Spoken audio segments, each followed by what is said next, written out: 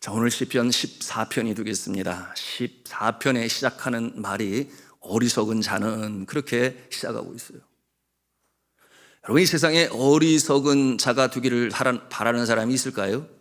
한 사람도 없겠지요. 그러면 어떠한 사람이 되기를 바라겠습니까? 지혜로운 자. 세상에 사람들이 어리석은 자의 반대라고 생각하면 똑똑한 자, 이렇게 표현할 수 있겠습니다만은, 그런데 성경 말씀에는 어리석은 자의 반대말이 어떠한 말이냐? 여호와를 경외하는 자라고 그랬어요. 왜 그랬겠습니까? 잠언 9장 10절에 말씀하기를 여호와를 경외하는 것이 지혜의 근본이에요. 거룩한 자를 아는 것이 명철이라고 말씀했으니 그렇지요. 그러므로 이 어리석은 자가 아닌 자는 어떠한 자인가? 여호와를 경외하는 자, 그렇게 분명히 말씀하고 있습니다. 자, 이 말씀을 통해서 우리가 배우는 것은 이 어리석은 자와 그렇지 않은 자의 큰 차이점을 발견합니다. 그 기준이 완전히 다른 것이에요. 우리 1절 말씀 함께 보기를 원하는데요, 그게 뭐라고 쓰여져 있는가 하면 어리석은 자는 그의 마음에 이르기를 하나님이 없다 하는도다. 이어서 하나님이 없다고 주장하는 자의 생각과 삶이 어떠한 모습인지에 대하여 그 결과를 말씀하고 있으니 결국 부패하고 그 행실이 가증하니 선을 행하지 않는다, 그렇게 말씀하고 있습니다. 자, 이와 같은 결과가 나타나는 것은 앞서 말씀드린 것처럼 그 기준이 달라요. 생각의 기준이 다릅니다. 그러니 그 모습은 하늘과 땅이에요. 여러분, 어리석은 자는 하나님이 없다 하는도다. 그러니 그의 생각, 가치관, 인생관, 세계관이 완전히 다른 것입니다. 하나님이 없다라고 하는 사람의 기준이 무엇이겠습니까? 어떠한 기준을 가지고 세상을 살겠어요? 사람입니다. 사람이 기준이 돼요. 사람의 생각, 사람이 이루어오는 문명, 사람이 가지고 있는 지식, 그것이 기준이 됩니다. 여러분, 이처럼 사람을 기준으로 삼아 살아가는 자들을 가리켜 인본주의라는 말을 사용해요. 사람이 기본이다. 그런데 이 인본주의의 반대는 뭐가 될까요? 신본주의가 됩니다. 하나님의 뜻이 기준이 된다, 그 말이에요.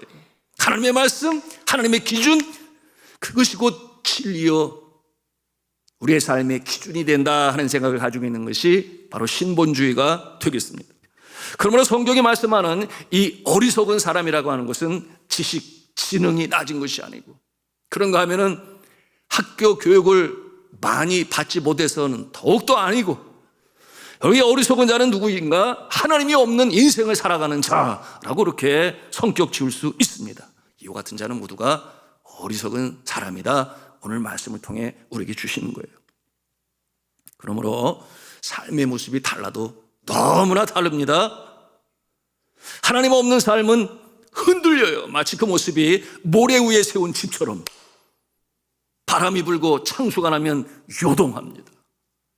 여러분이 사람을 기준으로 삼는 모습들이 그렇습니다.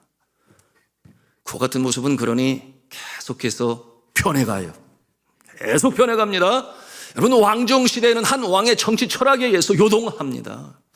그런가 하면 공산주의는 그 정부에서 명령하는 대로 순종하게 되니 여러분, 그 인생이 요동합니다. 그런가 하면 민주주의는 어떻겠습니까? 민주주의는 사람들, 대표자들을 뽑아서 그들이 서로 좋은 바 의견을 나누고, 그러므로 마음이 합쳐질 때 일을 추진하는 것인데, 여러분, 그래도 그것은 그 근본 자체가 사람인 것이니 변동하고 요동하죠. 우리가 어떻게 할 수 있어요? 정권만 바뀌어도 얼마나 많이 바뀌는지 몰라요. 생각과 사상과, 그런가 하면은 나라의 방향과 지표가 달라지는 모습을 우리가 볼 수 있는 것입니다. 그러니 왜 그렇겠어요? 사람의 생각을 따라가기 때문에 그런 것이죠. 그런데 이와 같은 인본주의에 형성된 모습은 이처럼 계속 변해가는 것이니 여러분, 우리가 그 모습을 보지요.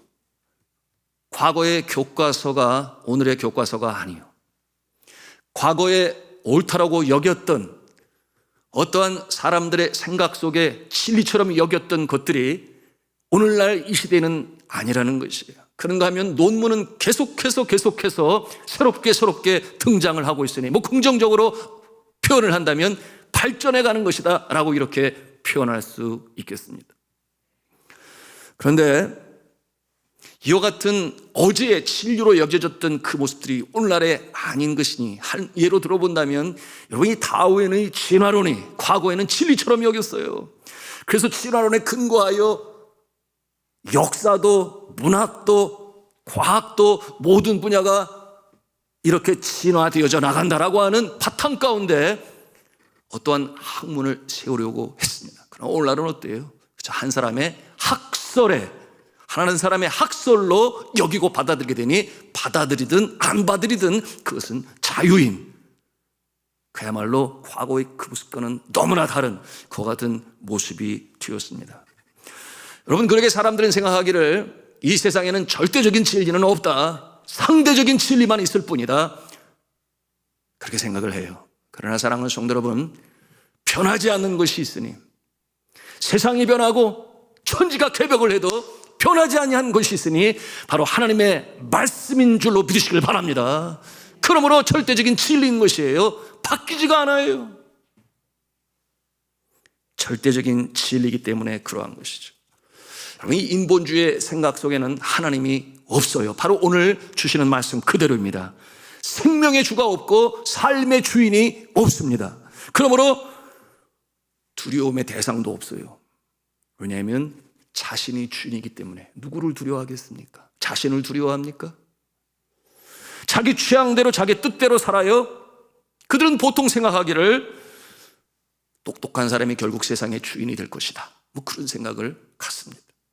똑똑한 사람이 세상을 쥐락펴락할 수 있다고 생각을 합니다. 그리고 스스로 똑똑하다고 여기는 자들은 자신에 대하여 자만감이 있으니 세상 사람들을 동요하고 그리고 설득하여 자기가 원하는 방향대로 이끌고 갈 수 있을 것이다, 그렇게 여깁니다.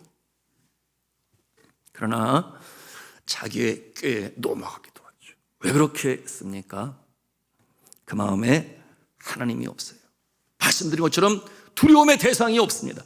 여러분, 두려움의 대상이 없다고 한다면 이 죄성을 가지고 있는 인간이 어떠한 모습으로 가겠습니까? 너무나 뻔하지 않겠어요? 법을 두려워합니까? 오늘 이 시대에 머리가 좋은 사람들은 소위 별명이 있죠. 요즘에 제가 뭐라 그러죠? 공청회가 아니고 청문회라고 그러나요? 그런데 법꾸라지라는 말이 있더라고요. 난 미꾸라지는 있는 줄 알아도 법꾸라지가 있는 줄은 이번에 처음 듣게 되었어요. 외국에서 오래 살다 보니까 그런 신조어를 모르는 것은 당연할지도 모르겠습니다만 법꾸라지가 돼요. 법을 두려워합니까? 법을 다 꿰고 있는데. 그러니 자신이 주인이 되니 두려움의 대상이 없어요. 하늘에 상전이 있음을 알지 못합니다. 겸손하지 못해요. 그러니 그 말로가 너무나 비참한 그 모습을 우리는 현실 속에서 보는 것입니다. 자, 오늘 말씀 14장 1절의 말씀처럼 양심도 없고 도덕도 없으니 부패하고 그 행실이 가증하고 선을 행하지 않는다. 4절에는 또 뭐라고 말씀하고 있습니까? 우리 같이 4절 말씀 같이 읽겠습니다. 시작. 죄악을 행하는 자는 다 무지하냐? 그들이 떡 먹듯이 내 백성을 먹으면서 여호와를 부르지 아니하는도다. 그들이 떡 먹듯이 내 백성을 먹으며, 이게 무슨 말이에요? 사람의 생명을 소중히 여기지 아니하고 귀히 여기지 아니하니 사람의 생명을 우습게 여기는 그와 같은 자가 되는 것이죠.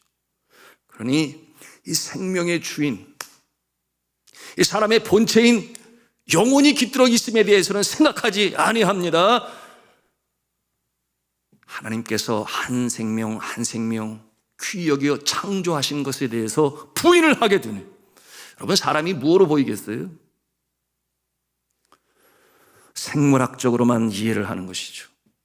그래서 산소가 65%가 되고 탄소, 수소, 질소, 칼륨인, 칼륨, 황, 염소, 나트륨, 마그네슘, 철, 이렇게 12가지의 요소로 이루어진 하나의 이 생물체로 그저 눈에 보이는 것으로만 해석을 하려고 합니다.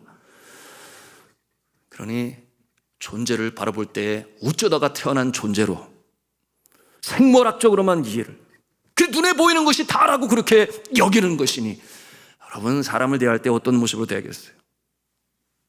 사람의 본체는 영혼에 대해서는 안중에도 없는 것입니다. 여러분, 이와 같은 모습이 유물론에 의하여 세워진 공산주의가 그렇지 않겠어요? 그들의 기준에 이 생명 한 사람 한 사람, 그 영혼에 대해서는 눈에 보이지 않으니 관심도 없습니다. 생명을 귀한 줄 모르죠. 이 공산주의의 이 유물론이 무엇이겠습니까? 포에르바흐가 그랬죠. 신은 없다, 영혼은 없다, 눈에 보이는 것이 다다. 칼 마르크는 뭐라고 그랬습니까? 마르크스는 말한 대로 하나님은 없다. 이게 무신론주의가 바로 공산주의죠. 유물론에 근거하여 형성되어진 사상이요, 이념인 것입니다. 그러므로 인간 존엄성은 없죠. 사람이란 무엇이냐? 사람이란 무엇인가? 그것은 유용한 물건과 또는 물질과 같은 존재가 되니 많이 유용하면 귀히 여기고 살려주고, 유용 가치가 없으면 가치 없이 처분하는 것이니, 여러분, 이와 같은 모습은 북한에 얼마나 많은 경우 숙청을 하고 그리고 사형을 서슴지 않는 그와 같은 모습을 보면 금방 이해가 되지 않습니까? 오늘날 이 중국 정부의 통제를 받는 이 작금의 이 코로나 제로 정책, 제로 코로나 정책, 그런 인권하고는 너무나 거리가 먼 그 모습이죠. 중국 경제의 중심지라고 하는 이 상하이에서 한 달이 넘도록 그야말로 끝이 보이지 않는 이 봉쇄가 계속 이어지고 있습니다. 그러니 치료해야 할 구입약을 구하기가 어렵고, 삶에 필요한 생필품 구입하기도 어렵고, 당장 먹어야 될 음식 사기도 쉽지가 않아요. 철저히 봉쇄를 하고 있습니다. 이와 같은 상황에서 이 정부를 향한 불만의 소리가 계속해서 고조되고 있습니다. 그리고 이와 같은 모습이 이제 베이징에서도 여러 지역들이 봉쇄가 시작이 되었어요. 중국이 현지 소식에 정통한 전문가들은 어떻게 해석을 하는가? 현재 중국이 밀어붙이고 있는 이 제로 코로나 정책은 전염병 통제보다는 오히려 정치적인 색채를 가지고 있다. 이미 그렇게 성격 지었습니다. 오늘 말씀에 어리석은 자는 그 마음에 이르기를 하나님이 없다 하는도다 그랬는데, 바로 그와 같은 생각에서 비롯되어지는 결과라고 볼 수 있겠습니다. 그러니 이와 같은 공산국가에서는 계속적으로 인권에 대한 문제가 계속해서 나오게 될 수밖에 없는 구조요, 생각이요, 이념인 것입니다. 그러나 하나님이 계시다, 지금도 살아계셔서 나의 생명의 창조주가 되시고, 또한 예수 그리스도로 말미암아 나를 구원하셨으니 나의 구원자가 되시며 나의 삶의 주인이 되신다. 그러므로 이 땅에 살아가는 동안에 하나님의 성품으로 회복이 되어져서 선한 일로 살아가는 데 기쁨과 보람을 갖고, 또한 주님께서 부르시는 그날에는 나는 천국에 들어가 영생 복락을 누린다. 믿으시면 아멘 하시기 바랍니다. 자, 이와 같은 모습으로 이 세상을 살아가는 것이니, 여러분, 하나님이 없다 하는 자와 하나님을 경외하는 것이 지혜의 근본이라 본분이라 여기는 자들과는 그야말로 하늘과 땅의 모습으로 살아가는 것이에요. 한국인 중에 저의 나이 또래나 저보다 먼저 태어나신 분들은 은단이라는 걸 알아요. 여러분, 젊은 사람들 은단 잘 모르지요. 저는 어렸을 때 저희 아버님이 주머니에 항상 은단을 꺼내서 드시는 모습을 보았는데요. 여러분, 은단 드시는 분 있어요? 이제는 뭐 거의 없으리라 하는데, 주로 누가 먹어요? 담배 피는 사람들이. 냄새가 많이 나니까 은단을 먹는데, 근데 그 은단 만들어진 그 내용물이 굉장히 건강에 좋다고 그래요. 그런데 이 은단 업계에 있어서 타의 추종을 불허하는 기업체가 있었으니 고려은단이라고, 여러분 들어보셨나요? 예. 한국의 굴지의 은단 회사가 이 고려은단인데, 이 기업의 창업주이신 조규철 씨의 이야기인데요. 24살 때 교회 새벽 기도에 나와서 마치고 나가는데 목사님을 만나게 돼서 얼마나 깍듯하게 인사를 했는지 완전히 90도로 인사하다가 이 와이셔츠에 꽂혀있는 담뱃값이 떨어져가지고 담뱃값이 바닥에 떨어지니까 너무 당황해서 성급하게 그것을 주려고 하는데 자신이 얼마나 참 부끄럽게 느껴졌던지, 수치스럽게 느껴졌던지. 그래서 그날 이후로 담배를 끊어야지. 그래서 열심히 애를 썼지만 작심삼일에 그치고 말았대요. 그런데도 불구하고 신앙이 그 마음에 있으니까 내가 담배를 끊어야 돼, 그런 마음으로 기도를 했는데요, 참다가 견디다 못해 정말 담배를 피우고 싶으면 은단을 씹어 먹었대요. 그러면서 나는 담배를 끊어야지, 은단을 씹어 먹으면서. 그러다 결국 담배를 끊게 되었으니 참 감사하지요. 그러면서 기도하는 가운데 내가 사업을 시작해야 되는데 사람 앞에서나 하나님 앞에서 떳떳하고 부끄러움이 없는 그런 사업을 해야 돼 생각을 하다가 은단 사업을 시작하게 됐대요. 왜냐하면 이 은단은 담배의 수요를 줄일 뿐만 아니라 건강 해치는 일에 자기처럼 이게 도움이 되니까 그래서 은단 사업을 시작하게 되었습니다. 그리고 항상 가지고 있는 생각은 가난한 사람들도 좋은 품질의 약을 먹게 해야지, 이 같은 사업 정신을 가지고. 그래서 이 고려 은단 가격이 그렇게 퀄리티, 품질이 좋아서 많은 사람들에게 인기가 있었음에도 불구하고 가격을 올리지 않았대요. 그러는 가운데 그야말로 굴지의 고려 은단 회사가 될 수 있었답니다. 그런데 이 아버지의 신앙을 따라서 제2대로 그 아들이 사업을 물려받게 되었는데요,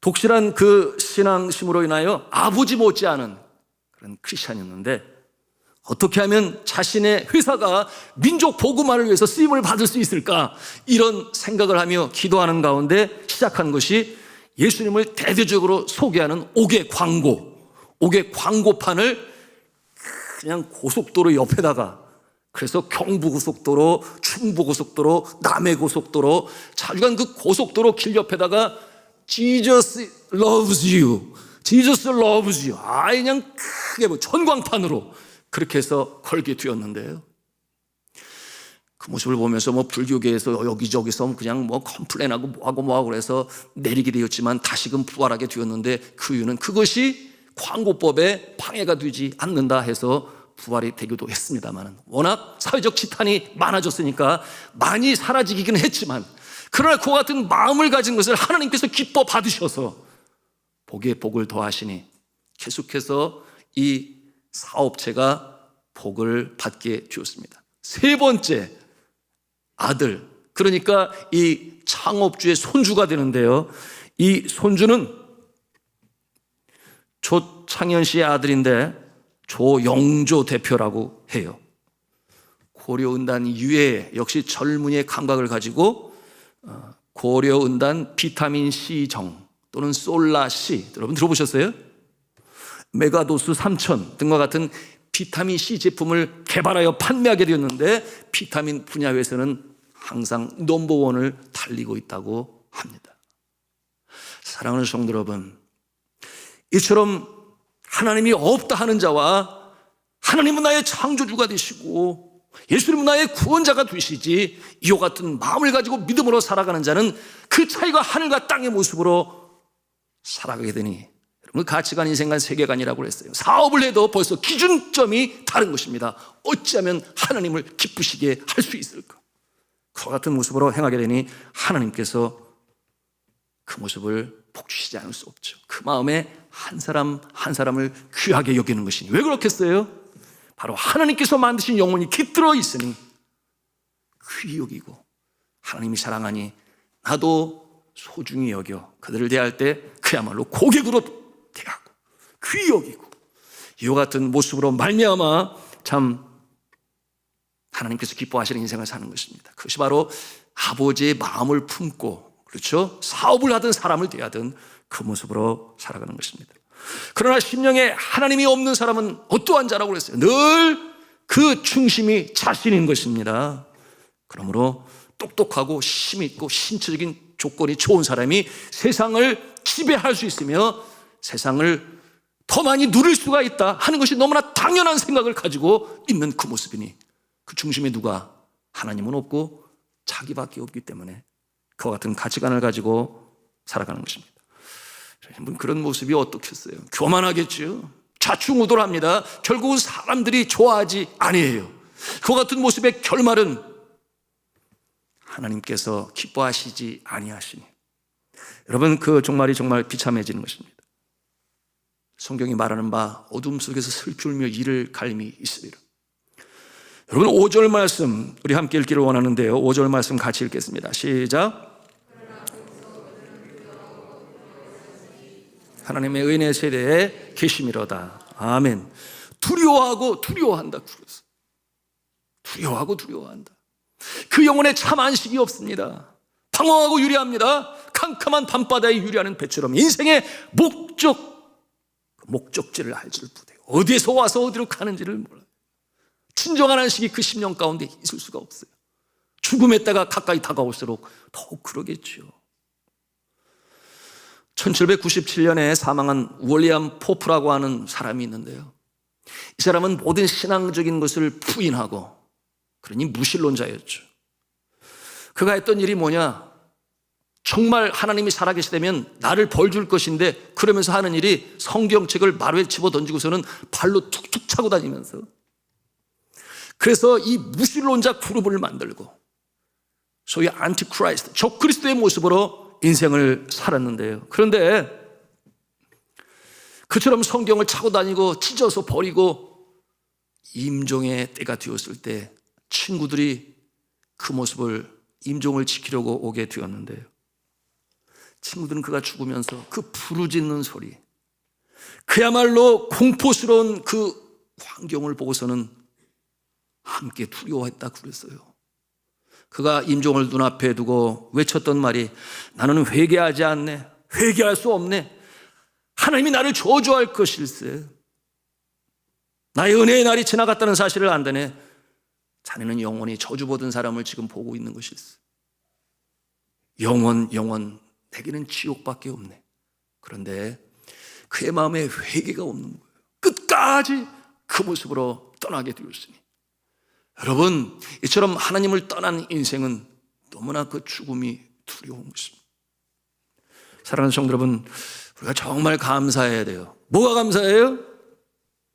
우리가 예수 그리스도를 나의 구세주로 믿은 것을 감사하시기 바랍니다. 목적지가 너무나 분명하지 않아요?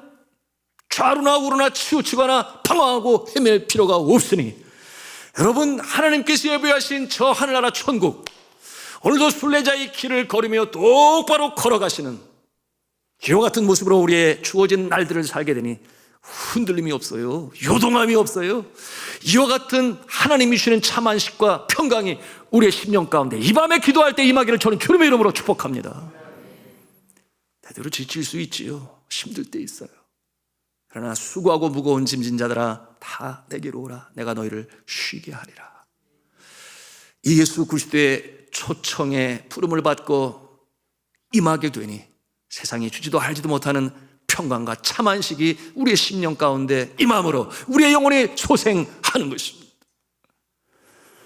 사랑 많은 주님께서 오늘도 안식의 자리에 우리를 초청하십니다. 우리 6절 말씀 함께 읽겠습니다. 시작. 너희가 가난한 자의 계획을 부끄럽게 하나 오직 여호와는 그의 피난처가 되시도다. 아멘. 하나님께서는 가난한 자의 피난처가 되신다, 그렇게 말씀하세요. 피난처가 되신다. 여러분, 이 말은 얼마나 큰 위로가 되는지 모릅니다. 그런데 가난한 자의 피난처라 그랬어요. 여기서 말하는 가난이라는 것은 물질이 부족해서, 물론 그럴 수도 있지만, 그러나 성경이 말하고 있는 이 가난에 대한 정의는 심령을 포함하니 늘 심령 가운데 주의 은총을 사모하는 그 간절한 소원이 있는 그 마음을 심령이 가난하다고 그랬어요. 그래서 심령이 가난한 자는 복이 있나니 뭐라고 그랬어요? 천국이 그들의 것이라 그렇게 말씀하고 있습니다. 여러분, 이 밤에도 여러분은 주의 은혜를 사모합니까? 우리가 가난한 심령으로 주님 앞에 나올 때 우리가 주님 앞에 기도하지 않을 수 없어요. 하나님이여, 내 영혼이 곤핍합니다. 내 영혼이 가난합니다. 나의 이 가난한 심령을 채우소서 기도할 때 하나님께서 천국을 주시는 줄로 믿으시길 바랍니다. 우리가 이 밤에 기도할 때 그와 같은 역사가 있을 것이에요. 그리고 이어 마지막 7절에 뭐라고 말씀합니까? 7절에 보니 하나님께서는 자기 백성을 억압과 죄에 포로된 곳에서 돌이키시니 야곱이 즐거워하고 이스라엘이 기뻐한다, 그렇게 말씀하고 있어요. 억압과 죄에 포로된 곳에서 건져내시니, 우리가 영적으로 볼 수 있어야 합니다. 여러분이 죄와 사망과 저주의 사슬에서 얽매여 있는 자들, 십자가에서 올리신 예수 그리스도의 보혈로 말미암아 우리가 자유함을 입는 줄로 믿으시길 바랍니다. 그 모든 사슬을 끊어내는 역사가 예수 그리스도의 십자가의 보혈을 믿는 자들에게 주어지는 것이니, 여러분 이 밤에 우리가 이 말씀을 믿음으로 가슴에 담고 기도할 때 죄로부터, 사망으로부터, 저주로부터 자유함을 입고, 또한 하나님께서 약속하신 바 하나님을 경외하는 것이 지혜의 근본이 되고 거룩한 자를 아는 것이 명철이라 말씀하였으니 어리석은 자가 아니요 지혜로운 자요 하나님을 경외하는 자로 다시금 일어서실 수 있기를 전 주님의 이름으로 축원합니다.